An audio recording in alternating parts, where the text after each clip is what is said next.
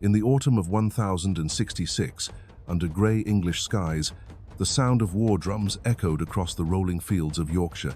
Here, where the River Derwent carved its way through ancient lands, two worlds were about to collide in a battle so decisive, so utterly catastrophic for one side, that it would slam shut the door on an entire age of conquest. This was not just another medieval skirmish. This was the moment when Viking dreams of empire died forever. For over 2 centuries, the dragon ships of the north had carved terror across European coastlines, from the monasteries of Ireland to the rivers of France, from the walls of Constantinople to the shores of America itself. Viking warriors had written their names in blood and gold. They had conquered kingdoms, founded dynasties, and struck fear into the hearts of kings and peasants alike. But on the 25th of September, 1066, at a bridge over the Derwent, that age of terror would meet its end in the most brutal way imaginable. The man who would lead this final doomed charge was no ordinary Viking. Harald Hardrada stood as perhaps the greatest warrior of his generation, a king whose very name sent shivers through the courts of Europe. His enemies called him the Thunderbolt of the North, a title that captured both his devastating military prowess and his ruthless ambition. This was a man who had fought in the elite Varangian Guard of Byzantium, who had commanded armies across 3 continents, who had accumulated wealth and glory beyond the dreams of most kings. Yet, for all his achievements, Harold harbored one burning obsession that would ultimately destroy him. He believed England belonged to him by right, and he was willing to stake everything on that claim. The stage for this epic confrontation had been set by the tangled web of succession that plagued medieval Europe.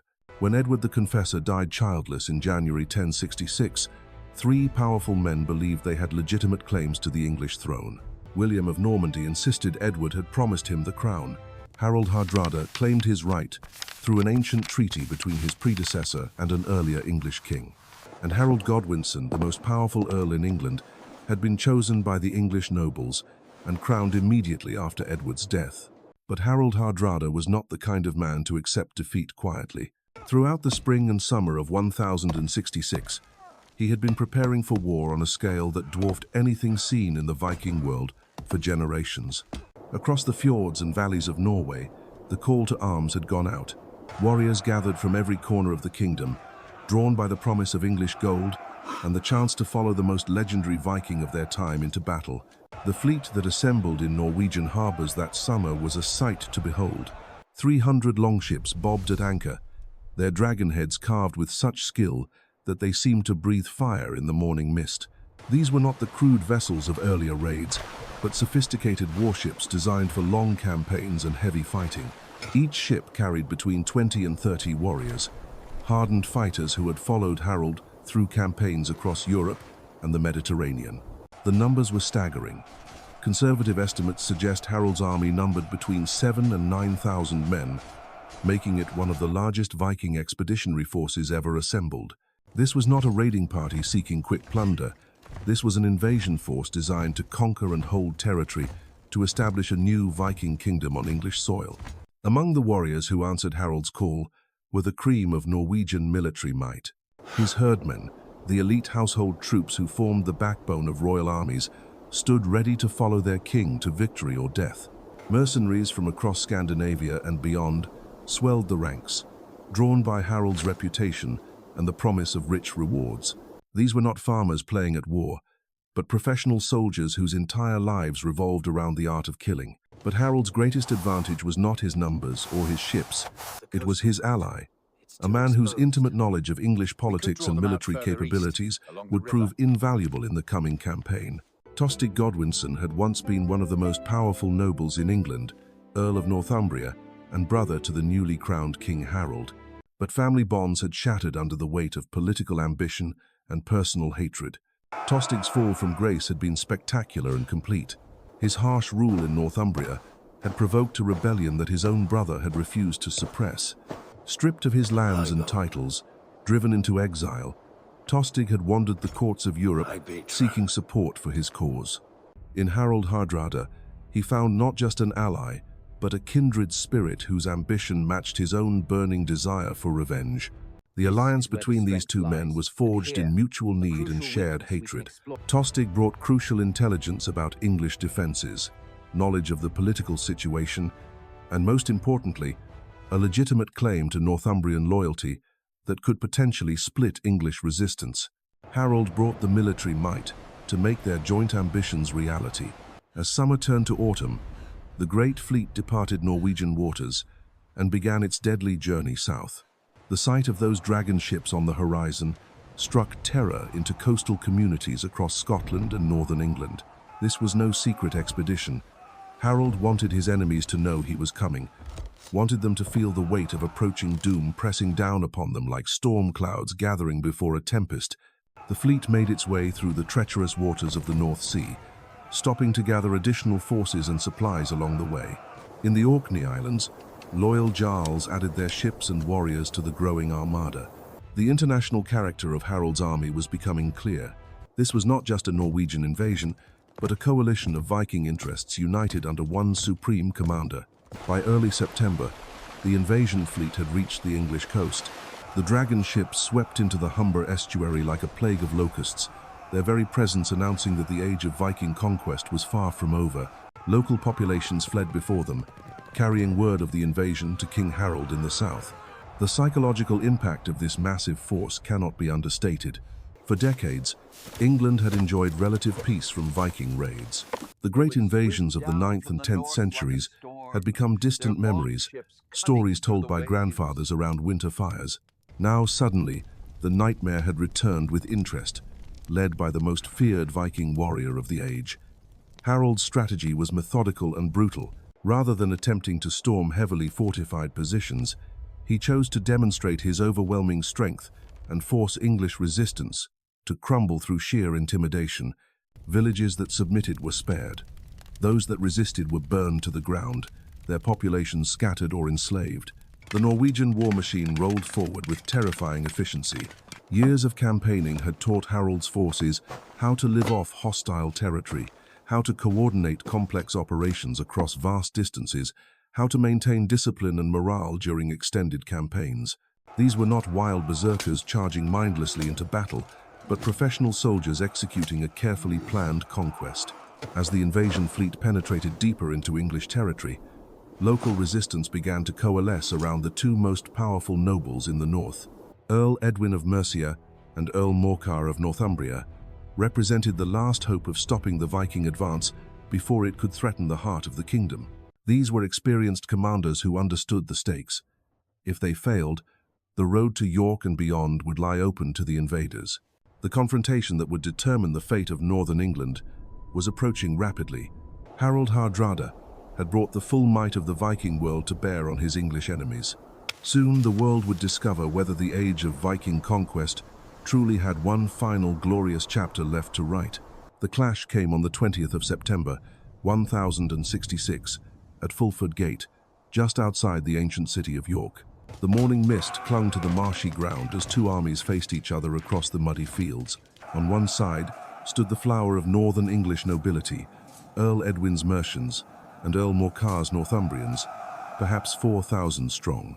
Across from them, the Viking host stretched like a sea of steel and leather, their round shields catching the pale sunlight, their axes and spears thirsting for blood.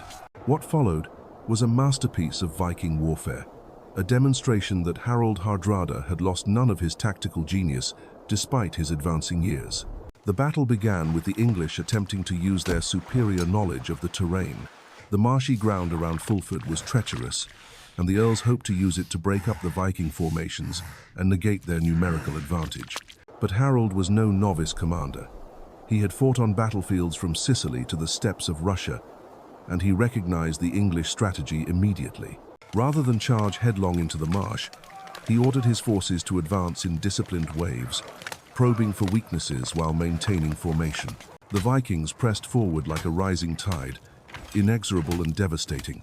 The English line held initially, their shield wall bristling with spears as they met the Viking assault.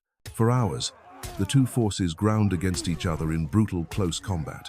Men fell in heaps, their blood soaking into the English soil. The clash of steel on steel echoed across the countryside, a symphony of death that could be heard for miles. Then Harold made his move. With the tactical eye that had made him legendary, he spotted the weakness in the English formation. The ground on the English left flank was firmer, and Harold concentrated his elite herdmen there for a devastating assault.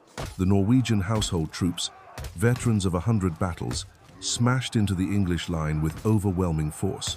The English flank crumbled under the impact.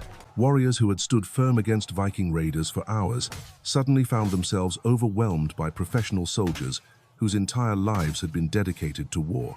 The shield wall that had protected them became a trap as men stumbled over their own dead and dying comrades. Panic spread through the English ranks like wildfire. What had been an ordered retreat became a rout as soldiers threw down their weapons and fled toward York. The Vikings pursued without mercy, cutting down fleeing enemies and driving survivors into the treacherous ditches and streams that dotted the landscape. Contemporary chroniclers wrote that the water ran red with English blood, and that the bodies of the drowned were so numerous they formed bridges across the waterways. Earl Edwin and Earl Morcar barely escaped with their lives, their armies shattered and their reputations in ruins.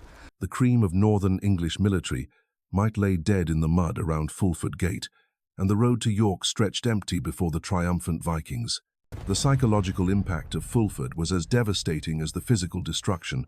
News of the defeat spread through England like a plague, carrying with it the terrible realization that the Vikings were back, stronger and more dangerous than ever. This was not some desperate raid by a few boatloads of desperate men. This was a full-scale invasion led by one of the most successful military commanders of the age. York, the ancient capital of Viking power in England, opened its gates without resistance. The citizens had no choice. With their protectors dead or fled, with Harald Hardrada's army camped on their doorstep, surrender was their only hope of survival. The Norwegian king entered the city in triumph, his banner flying from the ancient Roman walls where Viking kings had once ruled. For Harold, the capture of York represented more than just a military victory. It was a symbolic homecoming, a reclaiming of the Viking heritage in England. His predecessors had ruled from this very city, had made it the center of a northern kingdom that had challenged the power of southern English kings. Now, he was following in their footsteps, writing a new chapter in the saga of Viking conquest. But victory bred a dangerous overconfidence.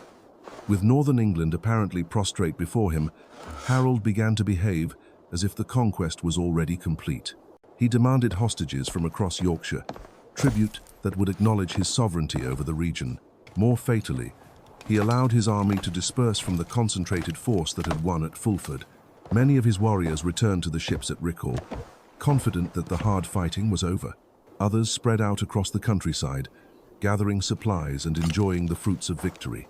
The tight discipline that had made the Viking army so formidable began to relax as men assumed they were now occupying conquered territory rather than enemy land. The decision to meet the Yorkshire hostages at Stamford Bridge, 7 miles east of York, seemed logical enough. The location was convenient, positioned where several roads converged at a crossing point over the River Derwent. It would allow the efficient collection of tribute and hostages while keeping the main army close to their supply lines. What Harold and his commanders failed to realize was that they were being watched. English scouts had observed their movements, noted their dispersal, and most importantly, carried word of their apparent complacency south to King Harold Godwinson. The English king faced an impossible strategic dilemma. For months, he had kept his forces concentrated on the southern coast, watching for the Norman invasion that everyone knew was coming. William of Normandy had been gathering his own army across the Channel, making no secret of his intentions to claim the English throne. Harold's spies brought regular reports of Norman preparations, of ships being built and warriors being recruited. Now, suddenly, a second threat had materialized in the north. Harald Hardrada's victory at Fulford had given him control of Yorkshire, and from there he could march south to threaten the heart of the kingdom. Dividing his forces to meet both threats would weaken him against each. Concentrating against one would leave the other free to advance unopposed. Harold Godwinson made the decision that would define his reign and ultimately determine the fate of England. He would march north immediately with his household troops and whatever levies he could gather quickly. The gamble was enormous. If he failed to defeat Harald Hardrada quickly, William could land unopposed and establish himself in the south. If he delayed to gather more forces, the Viking king could consolidate his hold on the north and make himself unassailable. What followed was one of the most remarkable forced marches in medieval military history. Harold's army covered the 185 miles from London to York in just 4 days, a feat of endurance and organization that spoke volumes about the efficiency of English military administration. Men marched through day and night, sustained by the knowledge that their kingdom's survival hung in the balance. The secrecy of the movement was as impressive as its speed. Harold managed to move several thousand men across the breadth of England without word reaching the Vikings until it was too late. His scouts had done their work well, mapping the enemy positions and identifying the perfect moment to strike. As the 25th of September dawned bright and warm over Yorkshire, Harald Hardrada and his warriors prepared for what they expected to be a routine ceremony. The collection of hostages and tribute was a political formality, a demonstration of Viking dominance that would cement Harold's control over northern England. Many of the Norwegian warriors had left their mail shirts aboard the ships, expecting no trouble from a cowed population. The Vikings were about to discover that their conquest of England was far from complete, and that their greatest enemy was already marching toward them with vengeance in his heart. The morning sun climbed higher over Stamford Bridge, casting long shadows across the meadows where Harald Hardrada's men lounged in the warmth of what they believed to be victory. The great king himself stood tall among his warriors, his golden hair catching the light as he surveyed the peaceful countryside. This was the moment he had dreamed of for decades, the fulfillment of his destiny as the last great Viking conqueror. Around him, his warriors shared stories of the battle at Fulford, their voices carrying across the gentle slopes that rolled down to the river Derwent. These were men who had followed Harold through the burning sands of Sicily and the frozen rivers of Russia. They had stood with him in the marble halls of Constantinople and sailed with him through storms that would have broken lesser crews.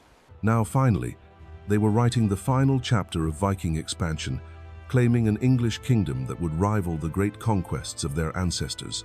But Harold's mind was already racing ahead to greater prizes. York was just the beginning. From his new northern stronghold, he could march south, gathering English allies who would rally to his banner rather than face the fate that had befallen the earls at Fulford. London itself lay within reach, its walls no stronger than those that had fallen to Viking axes in generations past. The irony was bitter and absolute. As Harold dreamed of future conquests, death was already thundering toward him across the Yorkshire countryside. Harold Godwinson's forced march had achieved something that military historians would study for centuries afterward. An entire army had moved across England faster than news could travel, faster than rumor could spread, faster than even the most paranoid Viking scout could have imagined possible. The English king's tactical brilliance lay not just in speed, but in timing. His spies had reported the Viking dispersal, the relaxation of discipline that had followed victory. He knew that many of Harold's warriors were at the ships, that others were scattered across the countryside. Most importantly, he knew that the Vikings expected no threat, that they had allowed themselves to believe their conquest was already complete. Harold's army crested the final ridge above Stamford Bridge like an avalanche made flesh. Thousands of English warriors, their round shields gleaming in the afternoon sun, their spears leveled like the quills of some monstrous hedgehog, poured down the slope with the fury of men defending their homeland. The war cries that erupted from their throats carried years of pent-up rage, the collective anger of a people who had watched their northern counties burn while foreign invaders claimed their birthright. The first Vikings to spot the approaching storm stood frozen in disbelief. This could not be happening. The English armies were shattered, their leaders dead or fled. Yet here they came, rank upon rank of disciplined warriors, advancing with the inexorable rhythm of professional soldiers. The impossible was unfolding before their eyes, and there was no time to process the magnitude of their miscalculation. Panic rippled through the Norwegian camp like fire through dry grass. Men scrambled for weapons they had set aside, shouting for mail shirts they had left at the ships. The careful order that had made them so formidable at Fulford dissolved into chaos as warriors tried to form defensive lines while half-dressed and unprepared. Some fought in nothing but tunics and trousers, their legendary armor useless aboard distant longships. Harald Hardrada himself embodied the tragedy of the moment, the man who had terrorized 3 continents, who had never known defeat in open battle, found himself caught as helpless as any green recruit. His tactical genius meant nothing when there was no time to deploy it. His years of experience became irrelevant when his army was scattered and unarmored. Yet even in this desperate hour, the Viking king showed why he had earned his fearsome reputation. Rather than flee or surrender, he rallied what men he could and prepared to make a stand that would be worthy of saga. His voice boomed across the battlefield as he called his warriors to form the ancient shield wall, the formation that had carried Vikings to victory for 3 centuries. The clash, when it came, was like thunder splitting the sky. English spears met Viking axes in a collision that could be heard for miles around. Men screamed and died in the crushing press of bodies, their blood soaking into the earth beside the peaceful river. The bridge itself became a killing ground, as warriors fought for every foot of planking, every inch of stone. For a brief, shining moment, Viking discipline held. The shield wall that formed on the eastern bank of the Derwent bristled with the weapons of men who had never known defeat. These were the survivors of 100 battles, warriors whose very presence on the field had once been enough to send enemies fleeing. They fought with the desperate courage of men who knew this was their last stand, their final chance to die with honor intact. But courage alone could not overcome the mathematics of disaster. Harold Godwinson had brought the full might of southern England to bear against a fraction of the Viking force. His warriors were fresh, armored, and fighting for their homes. The Norwegians were scattered, unprepared, and cut off from their ships. The outcome was never truly in doubt, only the manner of its unfolding. The moment that sealed Viking fate came when an English arrow found its mark in Harald Hardrada's throat. The great king, the thunderbolt of the north, the last heir to the age of conquest, fell among his men with his dreams of empire dying beside him. The psychological impact was immediate and devastating. Warriors who had followed Harold through every conceivable danger suddenly found themselves leaderless in the face of an unstoppable enemy. Tostig Godwinson died beside his ally, the English exile who had betrayed his own brother, finding only death at the end of his quest for revenge. The alliance that had brought this mighty invasion to England's shores crumbled in the space of heartbeats, its architects bleeding into the Yorkshire soil. What followed was not battle but slaughter. The remaining Vikings, their formation shattered and their leaders dead, broke and ran for the ships at recall. But Harold Godwinson was not inclined to mercy. His cavalry pursued the fleeing Norsemen without pause, cutting them down in their hundreds as they stumbled through unfamiliar countryside. The retreat became a rout, and the rout became an extermination. Warriors who had survived campaigns across 3 continents died in English ditches, far from the fjords of their homeland. Men who had dreamed of English gold found only English steel, their bodies left as carrion for the crows that circled overhead. Of the 300 ships that had brought Harold's army to England, only 24 were needed to carry the survivors home. The greatest Viking expedition in generations had been reduced to a handful of broken men, bearing news of catastrophe to the courts of Norway. The dream of conquest that had driven Norse expansion for centuries lay buried in a Yorkshire field, its epitaph written in the blood of its believers. The Battle of Stamford Bridge lasted only hours, but its consequences would echo through centuries. In a single afternoon, the Viking Age had ended not with the gradual decline of old age, but with the sudden violence of execution. The dragon ships that had once terrorized Europe would sail no more as instruments of conquest. The warriors who had carved kingdoms from the chaos of the early medieval world had met their match in the disciplined armies of a new age. Yet even as Harold Godwinson stood victorious among the carnage, his triumph carried the seeds of his own destruction. The battle that had saved northern England from Viking conquest had cost him precious time, irreplaceable warriors, and the strategic initiative he would desperately need in the days to come. 3 days after the last Viking warrior fell at Stamford Bridge, Norman sails appeared on the southern horizon. Harold Godwinson's exhausted army, weakened by their northern triumph, would face William the Conqueror at Hastings with fatal consequences. The irony was complete. In destroying the Viking dream forever, England had sealed its own fate. The age of the Northmen was over, but so too was the age of Anglo-Saxon England. Sometimes victory and defeat are separated by nothing more than the turning of time's wheel.